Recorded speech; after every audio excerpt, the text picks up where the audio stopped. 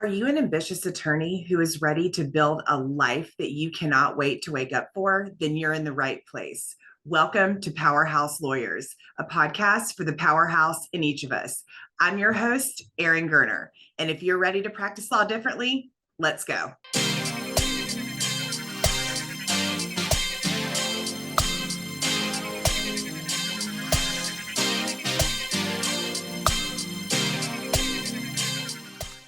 Hello, beautiful Powerhouse Lawyers. How are you? Welcome back to the show. Welcome to Powerhouse Lawyers. I am your host, Erin Gerner, and I'm so honored that you're here to join me today for episode 2. What are we going to talk about today? We're going to talk about core values. The place, in my opinion, everyone needs to start, revisit. I start this conversation with all of my clients. In my opinion, what we're going to talk about today is one of the most important exercises that you can walk yourself through, even if this is, core values is a concept that you have heard of before. Maybe you've thought about yours loosely, or maybe you were like me, several years ago, and no one had ever really asked me that question. I'd never given it any thought. Honestly, I had just been living according to others' expectations, other people's values, what I thought other people or thought a situation should be, thought I should do, all of the things, nothing that I had personally decided. And why are your core values so important? They are the foundation. Think of it like a house. You have to lay the foundation properly. If you don't lay the foundation properly, if it's not solid, if it has any cracks in it, it's going to crumble. It's going to start to form cracks. Those cracks are going to get bigger, et cetera. And then everything you build on top of the foundation is going to start to wobble. That is what your core values are. And the other reason why they are so important is because everything flows from your core values, right? Picture the house again. The frame, everything that goes inside there is built on top of the foundation. Those are your priorities. But in order for your priorities to align with your values, you have to know what they are. And so if you're listening to this today and life feels hard, life feels exhausting, you find yourself asking, is this all there is? Like, certainly there has got to be more. You feel unfulfilled, exhausted, taken advantage of. It's most likely because your priorities are not aligned with your values. And this is something that you need to revisit. And it's so clear. It's okay if you are not clear while you're listening to this and you're thinking like, oh my gosh, this is something I should know. I'm X, Y, and Z old. I'm going to be 43 next week at the time of this recording. So if you're sitting there, if you were 43 thinking, oh my gosh, I can't believe I'm 43 years old and I haven't even thought about what my values are, I'm just going to tell you right now that it is okay. We have to give ourselves grace and compassion to know that it's okay. It's okay to want something new, to feel a certain way about something, for you to really think and solidify your values, for your priorities to change. And we're also type A overachievers. We have gold star syndrome. I'm speaking for myself. Maybe let's speak for myself. I have gold star syndrome. I was a person who felt loved and appreciated and seen when I was excelling, when I was meeting expectations, when I was meeting other people's expectations. But at a certain point, you only can achieve so many gold stars. You only can get so many job promotions. You only can make so much money before you turn around and none of that feels good anymore. It doesn't feel good. It just feels blah. But when you're living in accordance with your values and your priorities are in line with your values, and you are setting boundaries according to your priorities, and you are saying no according to your priorities and your values, the only person you answer to is yourself. You are being the best person for you.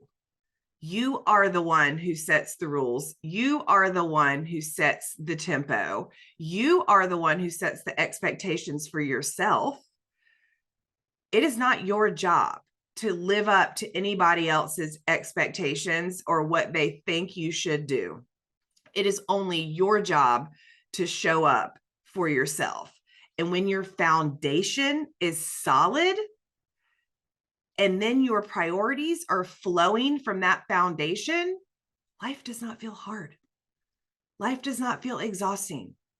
You are excited to get up every morning because you know why you're waking up and what you're working towards, what you're capable of. And even if the day doesn't turn out the way you expected it, and even if the chips don't fall exactly how you thought they should, that's okay. You're going to keep moving because you know exactly where you are going. So that is why your core values are so important, because you can set your priorities come from there. How you say yes, how you say no, all of those things come from there. So I'll just give you a real life example. In real life, I recently had to turn down coaching work. You may be listening to be like, what, you said no to work? Well, let me tell you why. Obviously, my career and the growth of my career is one of my core values. But saying yes to this work wasn't in alignment with my priorities in this particular season of life, given the time constraints that I have. I have other career commitments. I have other family commitments, family being a core value, that this could not be a priority for me. Saying yes to this work could not be a priority for me in this season of life. That doesn't mean the answer is always going to be no. Will the work always be there? Maybe, maybe not, but another opportunity will. And if that's in alignment with me at that time, then I can say yes. But I had to say no and believe. This coach had to coach herself a lot through this. I am also a recovering people pleaser. It's very hard for me to say no. I want people to like me. That is human nature. I don't want people to be disappointed in me. That is human nature. But I had to coach myself knowing what foundationally my core values are and what my priorities are in this season of life. I'll give you another in real life example, but we've got to back it up about 10 years. When I was in-house practicing law and I had become a mom, and my core values, they had been added on to. I just didn't really know what all of that even meant at that time. But obviously family was a value of mine. I just had a baby. I'd become a mom, but my priorities had shifted. I just didn't want to give myself permission to recognize that. So when I went back to work after maternity leave, that environment had not changed. They were not obligated to change. The expectation was not for them to change. But you better bet like hell, my priorities had shifted. And so it felt totally out of alignment for me to be there, to not be able to work from home, to not have the flexibility to be available for my daughter. That was completely out of alignment with my core values and my priorities. But I didn't know the difference. I didn't know that there were other options. Hell, I didn't even know what my core values were or what priorities even meant. I just knew that I needed to say yes to everything and have no boundaries. That's what the law told me to do. So I walked away from the law feeling like I had done something wrong. Now, if I had known what I know today, what Erin Gerner coaching knows today, I would have known that my priorities had shifted. And so either I needed to make adjustments within that environment to make it work for me, or I needed to start exploring other options that maybe were more in alignment with my core values and my priorities at the time. Those are two polar opposite in real life examples, but you can see how knowing and being clear on my values and my priorities led to a very important decision. And I was able to go back to that person who offered me the work very graciously and say, I appreciate it so much. And if my plate wasn't so full right now, I would love to take that work. But right now, I can't, given my priorities and commitments. And I would be doing your clients a disservice by not being able to show up as 100% myself. That is doing that person a favor. They will never, ever feel anything but knowing that I have integrity, that I keep my values and priorities at the forefront of my job, and that my priority is serving my clients to the best of my ability. That is empowerment. That is not you're weak and have to say no. That is empowering yourself to set yourself up to win and to move closer to the goals and dreams that you have. So I'd love to walk you through a simple exercise to either revisit or get clear on your core values and start forming priorities from that place. So I call this this exercise your 5 priorities for change, your 5 priority areas. You can call it whatever. You can have more than 5, but I think these 5 are a great place to start. If you don't want to do one of them or one of them doesn't apply to you right now, that is okay. There is no right or wrong way to do this. I do encourage you to please buy a journal. Journaling is one of the most cathartic exercises you can do. Overwhelm and thoughts and all of the jumble lives in our brain. And when we are able to brain dump all of that on a piece of paper and just get it out, it's so therapeutic. It's so healing. You can just close the book. Hell, if you don't even want to read it anymore, tear the page out and go throw it away, because that's all a story. You can talk yourself off a ledge within one journaling exercise. And even if you don't do it regularly, that's fine. But when you're feeling particularly overwhelmed or particularly a certain kind of way, it helps to get all of that on a piece of paper. So that's my side soapbox about journaling. Grab your journal. These are your 5 priority areas: career, finance, health, relationships, and spiritual. And relationships can be your family of origin. It can be with your spouse. You can do those separately, whatever it is. Career, finance, health, relationships, and spiritual. And I want you to do this exercise in the mindset of, if you knew that you could not fail, that everything was going to turn out better than you expected, money wasn't an issue, time wasn't an issue, what would you want? Because I'm going to tell you right now, if you can see it in your mind, you can hold it in your hand. So take each one of those categories, and what does a 10 out of 10 in each of those areas look like, feel like, everything?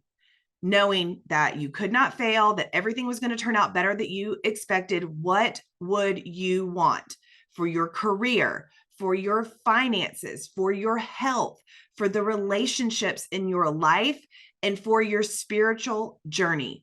What do you want that to look like 6 months from now, a year from now, 10 years from now?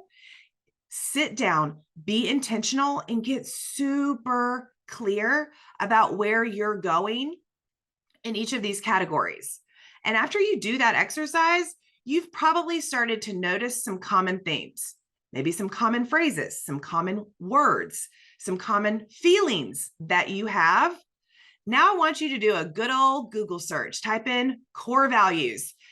and just pull up one of the sheets and start picking words that feel aligned with every single thing that you have just written there. And you can have multiple. You can have 3, you can have 5, you can have 6, you can have 1.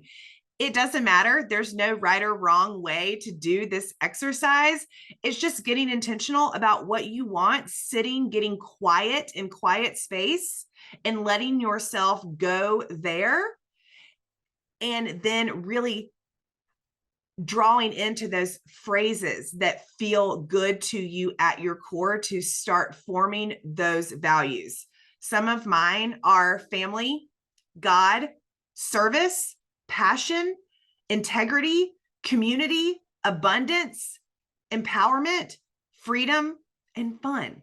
See, I've got several, but every single decision I make, every boundary I set, every yes I say yes to, every no I say, every client I take on, every podcast I do for you is set with and backed by all of those core values. So I would love to hear what your core values are. Tag me on social media at Erin Gerner. Screenshot this episode, share it with a fellow sister in the law. I hope you enjoyed this episode. I hope that you gleaned some nuggets from this that you can take out into your world, into your practice, into your life. And if you loved this episode, like I said, share it with a fellow sister in the law. Tag me on social media at Erin Gerner, and DM me always with any questions, any topics that you want to hear about. This podcast is for you and about you. So remember, go out there and remember that you are a powerhouse. See you next time.